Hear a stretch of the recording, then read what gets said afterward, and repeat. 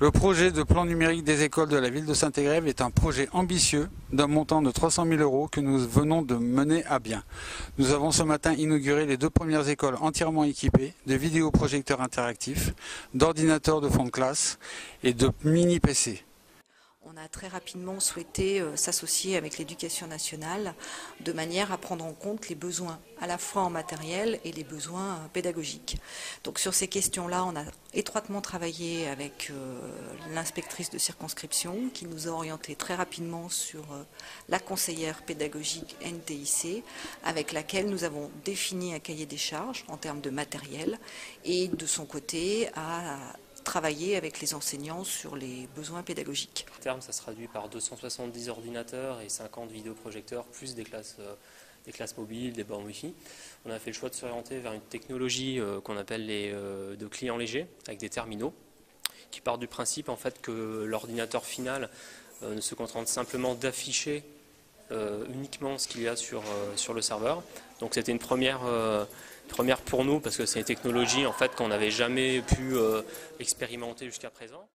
Donc des vidéoprojecteurs interactifs, des ordinateurs de classe et une classe mobile qui vont nous permettre dès la rentrée de pouvoir fonctionner différemment dans les classes, de remettre en cause un petit peu nos pratiques pédagogiques et surtout de nous offrir de nouvelles possibilités de travail avec les élèves. Donc en plus de la mise en place de ce matériel, on a un accompagnement d'une formation par l'inspection académique, encadrée par la référentice de la circonscription, donc qui va nous permettre de pouvoir commencer dès le premier jour d'école à utiliser ce matériel. J'interviens dans les écoles 9 heures pour former tous les enseignants. Il faut savoir que l'époque des salles informatiques est maintenant résolue. On intègre le numérique dans les apprentissages et ça veut dire que le numérique doit être dans les classes, que les enseignants doivent pouvoir aller sur Internet avec les élèves et l'intégrer, que ce soit en géographie, en histoire, en mathématiques, en français. Il faut savoir qu'il n'y a pas d'heure d'informatique à l'école, on ne fait pas de l'informatique. On intègre le numérique pour faire l'enseignement. Saint-Égrève est une très très très bonne élève parce qu'elle a mis en place donc, dans ces 2 écoles la perfection au niveau numérique dans les écoles. Il y a le tableau, les ordinateurs et les tablettes. L'année prochaine, il y en aura 2 autres écoles et l'année d'après, il y aura encore 2 autres écoles et c'est vous qui commencez.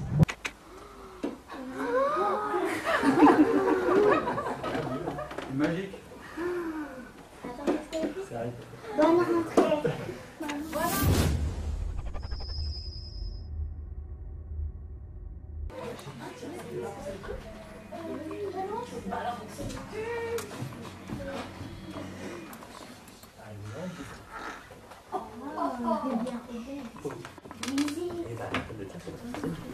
La ville de Saint-Égrève a lancé en septembre 2015 le plan numérique des écoles, qui était un projet de mandat, en équipant l'école de Rocheplaine et l'école de la Gare.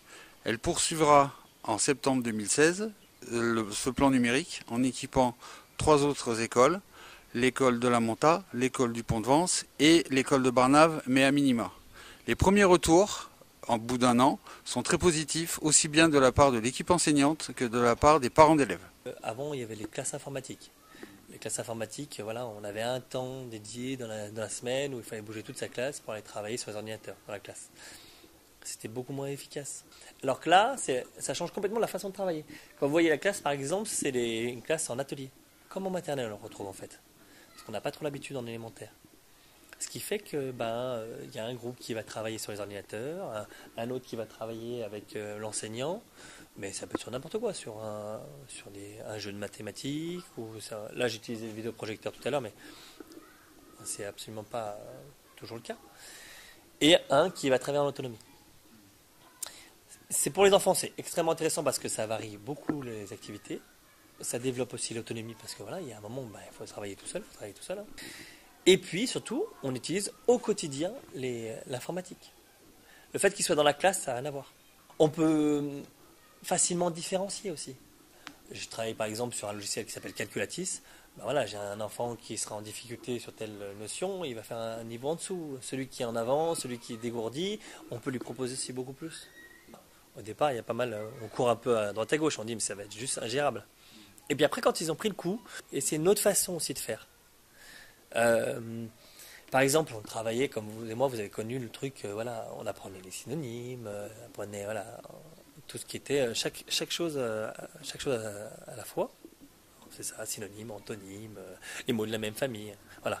Maintenant, on a vraiment une autre façon de gérer le truc. On part sur un mot.